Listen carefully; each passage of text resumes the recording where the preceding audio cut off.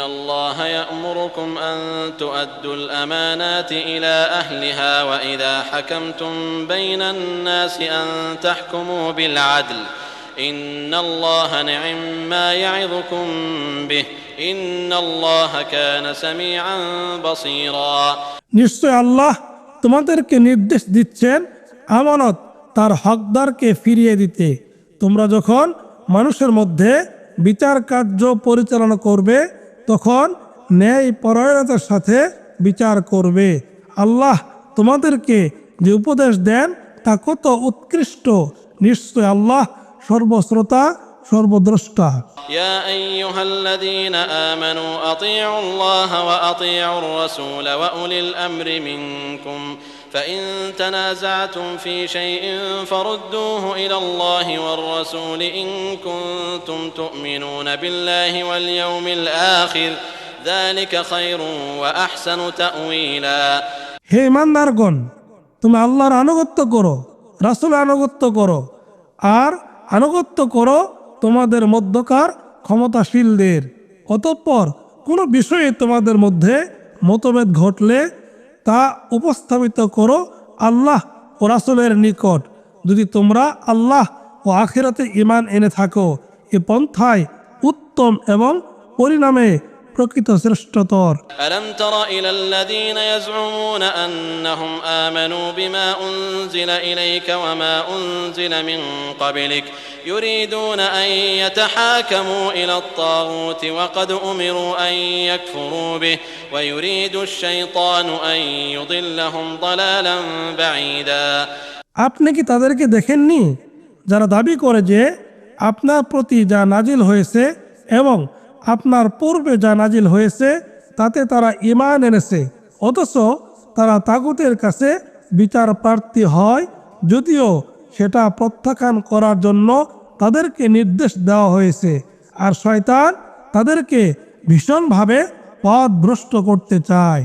وإذا قيل لهم تعالوا إلى ما أنزل الله وإلى الرسول رأيت المنافقين يصدون عنك صدودا তাদেরকে যখন বলা হয় আল্লাহ যা নাজিল করেছেন তার দিকে এবং রাসূলের দিকে আসো, তখন মুনাফিকদেরকে আপনি আপনার কাছ থেকে একেবারে মুখ ফিরিয়ে নিতে দেখবেন। فكيف إذا أصابتهم مصيبة بما قدمت أيديهم ثم جاءوك يحلفون بالله إن أردنا إلا إحسانا وتوفيقا অতঃপর কি অবস্থা হবে যখন তাদের কৃতকর্মের জন্য তাদের কোনো মুসিবত হবে, তারপর তারা আল্লাহর নামে শপথ করে আপনার কাছে এসে বলবে আমরা কল্যাণ এবং সম্প্রীতি ছাড়া অন্য কিছুই চাইনি। أولئك الذين يعلم الله ما في قلوبهم فأعرض عنهم وعظهم وقل لهم في أنفسهم قولا بليغا এরাই তারা যাদের অন্তরে কি আছে আল্লাহ তা জানেন, কাজেই আপনি তাদেরকে উপেক্ষা করুন, তাদেরকে সৎ উপদেশ দিন এবং তাদেরকে তাদের মর্ম স্পর্শ করে এমন কথা বলুন। وما أرسلنا من رسول إلا ليطاع بإذن الله ولو أنهم إذ ظلموا أنفسهم جاءوك فاستغفروا الله واستغفر لهم الرسول لوجدوا الله توابا رحيما আল্লাহর অনুমতি ক্রমে কেবল আনুগত্য করার জন্যই আমরা রাসূলদের প্রেরণ করেছি। যখন তারা নিজেদের প্রতি জুলুম করে তখন তারা আপনার কাছে আসলে ও আল্লাহর নিকট ক্ষমা প্রার্থনা করলে এবং রাসূল সাল্লাল্লাহু আলাইহি সাল্লাম তাদের জন্য ক্ষমা চাইলে তারা অবশ্যই আল্লাহকে পরম ক্ষমাশীল ও পরম দয়ালু রূপে পাবে। فلا وربك لا يؤمنون حتى يحكموك فيما شجر بينهم ثم لا يجدوا في أنفسهم حرجا مما قضيت ويسلموا تسليما কিন্তু না, আপনার রবের শপথ, তারা মুমিন হবে না যতক্ষণ পর্যন্ত তারা নিজেদের বিবাদ মীমাংসার জন্য বিচার ভার আপনার উপর অর্পণ না করে।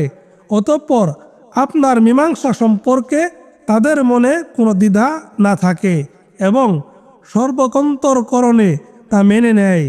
ولو أنا كتبنا عليهم أن اقتلوا أنفسكم أو اخرجوا من دياركم ما فعلوه إلا قليل منهم ولو أنهم فعلوا ما يوعظون به لكان خيرا لهم وأشد تثبيتا আর যদি আমরা তাদেরকে আদেশ দিতাম যে তোমরা নিজেদেরকে হত্যা করো বা আপন গৃহ ত্যাগ করো, তবে তাদের অল্প সংখ্যকই তা করত।